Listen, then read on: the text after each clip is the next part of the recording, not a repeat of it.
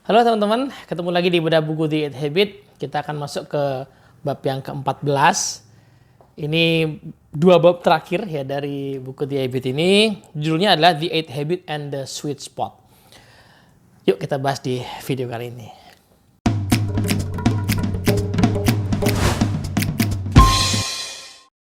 Oke, Assalamualaikum warahmatullahi wabarakatuh. Bab ini dan bab yang terakhir nanti bab itu semacam kesimpulan lah ya. Bab 14 semacam kesimpulan, bab 15 itu ekstrapolasi ya dari keseluruhan ide di The 8 Habit, implikasinya seperti apa. Nah, kita akan masuk ke bab yang 14. Tadi saya sempat sebutin judulnya The 8 Habit and the Sweet Spot. Maksudnya apa tuh sweet spot ya? Jadi The 8 Habit itu atau kebiasaan ke-8 itu kan disebut sebagai bunyi habitnya adalah find your voice and inspire others to find theirs ya. Temukan panggilan jiwamu dan kemudian inspirasi orang lain untuk menemukan panggilan jiwanya.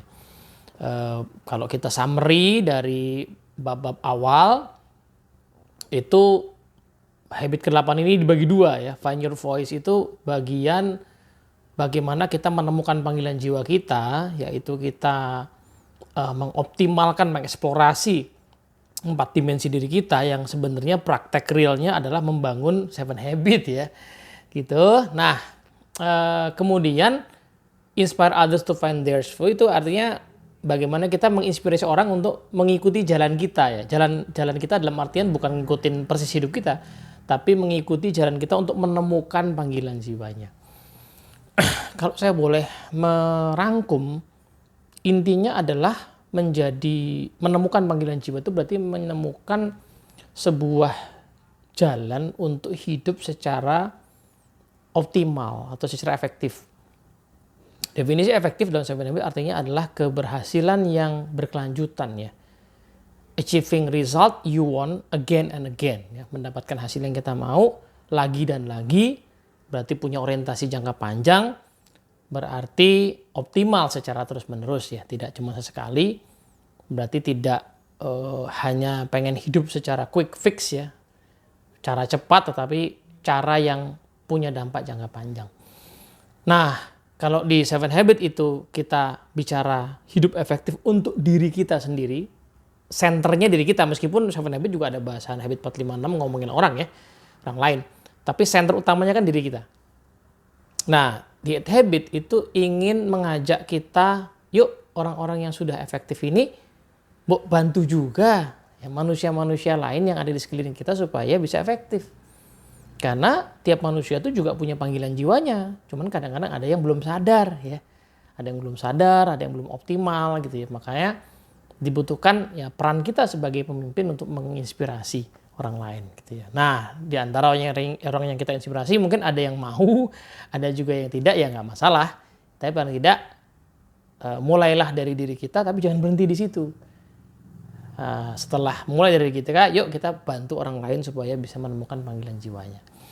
Nah, kira-kira begitu ya. Nah, Pak Kofi menyebutkan di bagian depan bab 14 ini bahwa The 8 Habit itu sebuah ide yang datang tepat pada waktunya.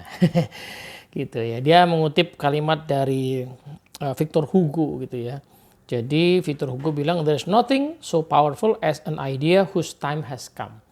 Jadi ide yang powerful adalah ide yang tepat datang pada waktu dia sangat dibutuhkan. Karena ada ide yang kadang-kadang melampaui zamannya ya. Di zaman dia lahir tidak terlalu booming gitu, tapi baru booming sekian lama kemudian. Nah, kalau ditelusuri secara pemikiran, sebenarnya ide The 8 Habit ini itu ditarik ke belakang di area ilmu psikologi, ya itu sudah disebutkan oleh ahli-ahli seperti Abraham Maslow misalnya ya, yang mengemukakan teori tentang aktualisasi diri sebagai sebuah kebutuhan. Manusia itu punya potensi dan punya kebutuhan untuk mengoptimalkan potensi itu. Ya, pengaktualisasian itu adalah sebuah kebutuhan, bukan hanya luxury, tapi sebuah kebutuhan, memang needs gitu. Nah, tapi era masa itu, era ketika ya ide kayak gitu belum terlalu masuk akal ya. Ya, itu kan era ketika manusia itu masih harus ikut ke dalam tatanan sosial, tatanan sistem gitu ya. Nah, semakin ke sini kita hidup di area ketika individualitas itu dihargai, diapresiasi. Justru manusia didorong zaman sekarang untuk bisa menjadi dirinya sendiri, karena dengan cara itulah dia bisa menghadirkan manfaat gitu. Apalagi nanti mungkin di bab 15 ya dibahas bahwa sementara era informasi dan pengetahuan itu luar biasa berkembang sekarang ya, sekarang bahkan kita ada di era digital, banyak hal bisa diotomatisasi, banyak hal tidak perlu kita kerjakan secara manual, maka kemanusiaan kita itu justru harus muncul dalam bentuk wisdom ya. Jadi manusia itu harus menjadi makhluk yang penuh dengan kebijaksanaan, karena banyak hal yang manual itu sudah tidak perlu dia kerjakan lagi gitu ya. Nah, tapi khasnya manusia ada pada kebijaksanaan itu gitu. Nah, di awal-awal buku ini sempat ada sebuah gambar ya, gambar jadi bahwa manusia itu dikasih potensi, kemudian habis itu dia punya dua jalur ya. Nah, jalur bawah itu adalah jalur mediocrity ya. Jadi manusia yang biasa-biasa aja, yang hidupnya gitu-gitu aja, ngikut arus ya. Tidak sepenuhnya salah, tapi manusia punya pilihan untuk ngambil jalur yang atas, jalur yang kedua, yaitu jalur menjadi orang-orang yang great gitu ya. Nah, menjadi orang yang great itu ya sebagaimana yang kita bahas. Temukan dulu panggilan jiwa, find your voice ya, hidup berdasarkan visi, disiplin, conscience, passion gitu ya. Kemudian inspirasi orang lain untuk hidup dengan cara yang sama, yaitu dengan cara modeling, pathfinding, aligning sama empowering. Dan itu semua didasarkan pada satu paradigma namanya whole person paradigm, ya, manusia yang utuh gitu ya. Nah, di bagian awal buku ini bab ini Pak Covey mengutip pemikir namanya John Gardner. Dia bilang bahwa kebanyakan organisasi itu mengalami kayak semacam mungkin blind spot ya. Tidak menyadari masalahnya apa, tapi hanya menyadari penderitaannya gitu ya. Zaman sekarang kan gitu ya. Misalnya masih banyak orang yang leader-leader yang mengeluhkan tentang anggota timnya yang kurang semangat, nggak mandiri gitu ya, sehingga nggak optimal kerjanya gitu, kayak seperti nggak bersungguh-sungguh, nggak bisa berkolaborasi gitu ya, kurang apik lah dalam dirinya gitu. Nah, itu kan gejala-gejala ya, gejala-gejala itu bisa dikenali, tetapi nggak menyadari masalahnya tuh ada di mana gitu loh. Nah, padahal di diet habit ini ya masalahnya tuh ada di dalam dirinya, yaitu 4 dimensinya yang tidak dioptimalkan, tidak dikembangkan. Nah, diet habit itu ngajakin kita untuk mengenali gitu ya. Mengenali akar masalah itu, yaitu manusia yang belum mengenali dirinya, kemudian berusaha mengembangkan dirinya. Gitu. Nah, kalau dilihat-lihat, berarti proses menjalankan 4 peran kepemimpinan itu adalah proses yang sebenarnya adalah esensinya kurang lebih seperti ini ya. Jadi modeling ya, modeling itu bisa individu maupun tim. Itu intinya adalah menginspirasi kepercayaan tanpa mengharapkannya. Wah, maksudnya gimana? Ya, modeling itu kan kita nyontohin ya karakter sama kompetensi, sehingga orang itu terinspirasi sama kita, padahal kita nggak perlu ngomong, terinspirasi dong sama aku, gitu kan? Nggak perlu ngomong gitu ya. Tapi karena karakter sama kompetensi kita sedemikian konsisten, sedemikian baik, orang terinspirasi tanpa perlu kita minta gitu ya. Nah, yang kedua pathfinding. Pathfinding itu adalah menciptakan keteraturan tanpa memaksakan keteraturan. Gimana tuh? Ya, manusia kan pikirannya punya sendiri-sendiri, ya kan? Jadi fitrahnya manusia memang kalau kerja dalam suatu organisasi ya harus diberi arah yang sama gitu ya. Diberi path yang sama, dibuatkan jalur yang sama, atau diajak paling tidak berhidup dalam jalur yang sama. Pathfinding kan di situ. Kalau kita sudah punya jalur yang sama, maka kita bisa menciptakan keteraturan meskipun kita nggak menuntut itu. Ya kan? Nah, kalau kita amati ya di di sebuah mungkin semacam jalan gitu ya. Kalau kita terbiasa nyetir atau naik kendaraan sebuah jalan, ada jalan-jalan yang memang ya nggak disuruh kita untuk jalan terus di situ, tapi karena jalan itu cuma satu jalur dan ya kita ada di dalamnya ya, untuk berputar juga susah, otomatis kita ngikut kan, gitu ya. Dan mobil-mobilnya, kendaraan juga ngikut gitu ya. Nah, pathfinding itu kayak gitu. Kalau kita bantu orang untuk memahami path yang mau kita tuju, maka mereka akan kemudian mengikuti tanpa dituntut. Nah, yang ketiga aligning. Aligning itu dengan kata lain adalah kita menciptakan sistem struktur sehingga keselarasan itu terjadi tanpa otoritarianisme gitu ya. Jadi orang itu ngikut karena memang sistemnya dibuat demikian ya, polanya dibuat demikian. Ya semacam orang yang cenderung ngantri ya, karena memang jalur antrian itu sudah dibuat dengan rapi, selaras gitu ya. Nah, yang terakhir adalah empowering ya. Empowering itu adalah mengunleash ya, memunculkan potensi manusia tanpa motivasi dari eksternal. Ya, kita berharap manusia itu kalau sudah di-empower ya, berarti dia muncul sendiri motivasinya tanpa paksaan dari luar. Nah, ini keempat peran ini ada istilah-istilah yang menarik nih, Pak, disebutkan Pak Kofi di bab ini ya. Jadi modeling itu singkatnya adalah melahirkan personal moral authority ya. Otoritas moral personal. Nah, sementara pathfinding itu adalah visionary moral authority. Otoritas moral yang berasal dari visi gitu ya. Yang ketiga, aligning itu institutionalized moral authority. Otoritas moral yang datangnya dari institusi atau sistem. Yang keempat, empowering itu nama lainnya cultural moral authority atau otoritas moral yang datangnya dari budaya. Nah, yang menarik di bab ini itu ada semacam perasan. Perasan dari 4 peran kepemimpinan itu sebenarnya kok diperas ya, intisarinya ada di modeling sih. Ya, misalnya di sini Pak Kofi sebutkan ya bahwa meskipun modeling itu adanya di peran yang tengah ya, peran pertama, tapi 3 peran yang lain itu sebenarnya modeling juga ya. Penjelasannya gimana? Jadi pathfinding itu modeling, keteladanan dalam bentuk keberanian untuk menentukan arah. Tapi sekaligus juga meneladankan kerendahan hati dan respect. Kenapa? Ya karena pada saat kita menjalankan peran pathfinding kan kita diskusi ya. Satu sisi kita nentuin arah, kemudian kita diskusi. Jadi ada keberanian, ada kerendahan hatian, juga ada respect. Gitu. Nah, kalau aligning itu sebenarnya modeling juga. Tapi modeling dalam hal kemauan untuk menetapkan struktur sistem, membangun disiplin. Nah, jadi kalau kita jalankan peran aligning, kita sebenarnya lagi meneladankan diri kita sebagai pemimpin yang disiplin, yang selaras, yang kerjanya terstruktur rapih gitu ya. Nah, empowering itu sebenarnya adalah modeling juga ya, keteladanan,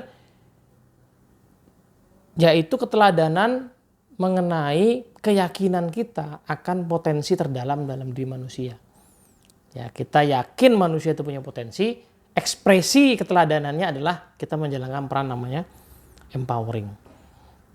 Nah, gitu kira-kira ya. Nah, lebih menarik lagi di bab ini, Pak Kofi itu memeras lagi ya. Intisarinya, dibilang 4 peran kepemimpinan itu kalau boleh disummary lagi, maka intinya itu cuma 2. Ya, yaitu 1 namanya fokus, 2 namanya execution. Gimana ceritanya tuh, ya kan? Dibilang begini, jadi modeling sama pathfinding itu bisa dirangkum sebagai peran kepemimpinan untuk menetapkan fokus. Gimana ceritanya ya? Pathfinding sih masuk akal ya, pathfinding kan ngarahin kita ke suatu tujuan, berfokus. Tapi modeling gimana? Loh, modeling itu kan gini, meneladankan sesuatu. Yang kita teladankan kan berarti yang sesuatu yang kita nggak penting. Ya, kalau kita pemimpin pengen meneladankan datang pagi tepat waktu misalnya di kantor, ya berarti kan bagi kita itu penting gitu kan, fokus gitu ya. Kerja itu yang penting pertama adalah disiplin dulu. Nah, teladannya bentuknya adalah datang tepat waktu misalnya seperti itu. Nah, aligning sama empowering itu execution. Oke, kalau aligning make sense execution. Tapi kalau empowering gimana? Loh, empowering itu kan proses untuk bantu anggota tim kita supaya berdaya ya, supaya potensinya berkembang, dia bisa eksekusi. Nah, untuk itu di empower gitu kan. Berarti pada saat kita menjalankan peran empowering, sebenarnya kita sedang menyiapkan tim kita supaya bisa mengeksekusi dengan baik. Gitu. Nah, kira-kira seperti itu. Nah, di bab ini Pak Kofi memperdalam ya persoalan eksekusi ini, yang nanti secara terpisah akan ada buku namanya The Four Discipline of Execution atau 4DX ya. Tapi di sini semacam, kalau saya amati ini semacam ada cikal bakal 4DX gitu ya. Jadi makanya kita akan lihat 4DX yang diajarkan di buku ini itu agak beda dengan yang kita kenal sekarang yang sudah jadi buku edisi kedua itu ya. Karena ini saya amati sebagai cikal bakalnya. Tapi di sini Pak Kofi sudah menjalankan sudah mengeksplorasi ide 4DX atau execution. Kenapa? Karena dia semacam, kalau saya amati ya, dia semacam punya keprihatinan gitu ya. Terangkum di kalimat ini. Kalimatnya itu adalah, oh ini dia. To know and not to do is really not to know. Jadi ya kadang-kadang orang tuh baca 7 Habits, baca The 8 Habits, itu teorinya jadi banyak. Tapi problemnya bukan di kita tuh setuju atau nggak setuju sama teorinya, tapi pertanyaannya adalah kita kerjain nggak tuh teori-teori. Dan kita kerjain atau enggak tuh bukan masalah kita mau apa enggak, tetapi maunya itu kan masalahnya ini baru berdampak kalau jadi habit ya. Jadi dikerjain sampai jadi habit. Nah, disitulah tantangannya. Nah, dia menemukan bahwa memang masih ada great execution gap ya, antara teori konsep yang ideal dengan kenyataan di lapangan tuh masih ada gapnya itu. Maka masuk akal kemudian di bagian akhir separuh ke belakang dari bab 14 ini beliau mengeksplorasi yang namanya disiplin eksekusi gitu. Nah, di luar itu dia juga ya mungkin seiring pengalamannya Pak Kofi ya, dia ngajarin 7 Habits kemana-mana ya. Esensi paling utama yang paling berat adalah 7 Habits yang sudah dipelajari itu dikerjain apa enggak gitu kan. Nah, dia bilang execution is the great unaddressed issue in most organization today. Banyak organisasi itu sampai sekarang, even ketika buku 4DX itu sudah sedemikian lakunya ya, saya amati masih banyak memang gap utama tuh di eksekusi. Ya, banyak organisasi punya budget gede buat training, nggak dijalanin juga. Ya, kalaupun nggak lewat training misalnya, zaman sekarang ya manusia tuh bisa mengakses pengetahuan gratis lewat YouTube misalnya, nggak juga dikerjain juga gitu. Jadi eksekusi emang problem macam-macam. Orang pengen hidup bahagia, untuk bahagia itu butuh bersyukur misalnya, tapi nggak latihan syukur juga. Orang itu pengen hidup harmoni, untuk bisa harmoni itu kita perlu menyetor pada rekening bank emosi ke orang lain, nggak dikerjain juga gitu. Jadi sampai sekarang saya amati emang yang namanya execution gap itu betul ya, masih valid di sini gitu. Nah, dari sini kemudian dia mengeksplorasi sebenarnya secara institusi itu apa yang dibutuhkan supaya kita bisa mengeksekusi dengan baik. Pertama katanya kita butuh clarity ya. Ya, orang bisa ikut eksekusi, jalanin inisiatif organisasi kalau punya kejelasan mau ngapain sih, tujuannya apa. Yang kedua, komitmen, yaitu membantu orang supaya buy in sama tujuan itu. Nah, yang ketiga, translation, yaitu orang itu ngerti bagaimana eksekusi itu diterapkan di tatarannya mereka. Kadang-kadang kan sebuah inisiatif itu adanya di level manajemen ya, masih agak abstrak gitu. Nah, translasi itu berarti diterjemahkan ke dalam keseharian tiap orang. Kemudian enabling, yaitu dibantu supaya punya sistem struktur kebebasan untuk ya membangun kebiasaannya itu ya, sehingga bisa berjalan. Yang berikutnya sinergi. Ya, kenyataannya mengeksekusi sesuatu tuh pasti butuh sinergi, nggak bisa sendirian. Dan terakhir adalah accountability. Jadi eksekusi itu pasti hanya terjadi lewat proses pertanggungjawaban bersama ya. Gitu. Nah, dari situlah kemudian Pak Kofi merangkum ya. Nanti saya akan tampilkan gambarnya di video ini ya. Merangkum seluruh materi The 8 Habits ini menjadi 3 gitu ya. Jadi dia nyebut kasih judulnya Principle Centered Focus and Execution. Tadi kan dua itu ya esensinya, ya, fokus sama execution. Jadi ada lingkaran pertama namanya personal greatness. Nah, kita itu perlu membangun keunggulan secara personal, yaitu kita punya vision, disiplin, passion, conscience. Itu realnya adalah berlatih menjalankan 7 habits lah gitu ya. Sederhananya begitu. Kemudian ketika kita menjadi pemimpin, maka kita perlu membangun namanya leadership greatness. Nah, bagaimana realnya? Ya menjalankan 4 peran kepemimpinan, ya kan. Modeling, ya secara spesifik modeling 7 habit gitu ya, meneladani 7 habit, kemudian pathfinding, landing, sampai empowering. Yang ketiga adalah organizational greatness, yang barusan kita bahas gitu ya. Itu organisasi yang punya visi, misi, values yang jelas, yang dieksekusi. Nah, cara ngeksekusi gimana? Tadi dengan membangun clarity, commitment, translation, sinergi, enabling, sama accountability. Nah, 3 lingkaran itu pertemuannya ya, itu yang dia sebut sebagai the sweet spots. Gitu. Nah, itu maksudnya. Jadi sweet spot yang dimaksud di sini adalah ternyata 8 habit itu semacam merangkum seluruh, merangkum personal greatness, leadership greatness, dan organizational greatness. Nah, tapi bagaimana realnya itu dijalankan? Nah, di sini kemudian dia fokuskan dia perkenalkan yang namanya the 4 discipline of execution. Gitu. Jadi 4 disiplin eksekusi itu adalah kalau kita mau mengeksekusi apapun di 8 habit, 7 habit atau apapun dah ya, maka pastikan kita tetapkan dulu goal yang amat penting itu apa? Focus on the wildly important. Apa goal yang sangat penting itu? Jumlahnya jangan banyak-banyak, ya 1-2 aja gitu ya, tapi ditetapkan sebuah goal sehingga orang itu nanti bisa secara real lah gitu. Contoh misalnya gini, kita pengen jadi organisasi yang melayani pelanggan lebih baik misalnya gitu. Nah, apa sih realnya? Goalnya apa? Tangible-nya tuh apa? Gitu. Oh, kalau kita maskapai penerbangan misalnya, realnya kita pengen improve ketepatan waktu kita dari cuma 50% ke 80% misalnya gitu. Nah, itu dibuat realnya. Ya. Jadi kepemimpinan itu tidak lagi menjadi sesuatu yang abstrak, tapi sesuatu yang tangible. Nah, yang kedua, nah ini yang agak unik ya, agak beda di buku ini, beda dengan 4DX yang era sekarang. Di sini beliau katakan yang kedua disiplin adalah create a compelling scoreboard. Goal tadi harus dibuat dalam bentuk papan skor yang visual, yang kelihatan, yang menarik perhatian orang.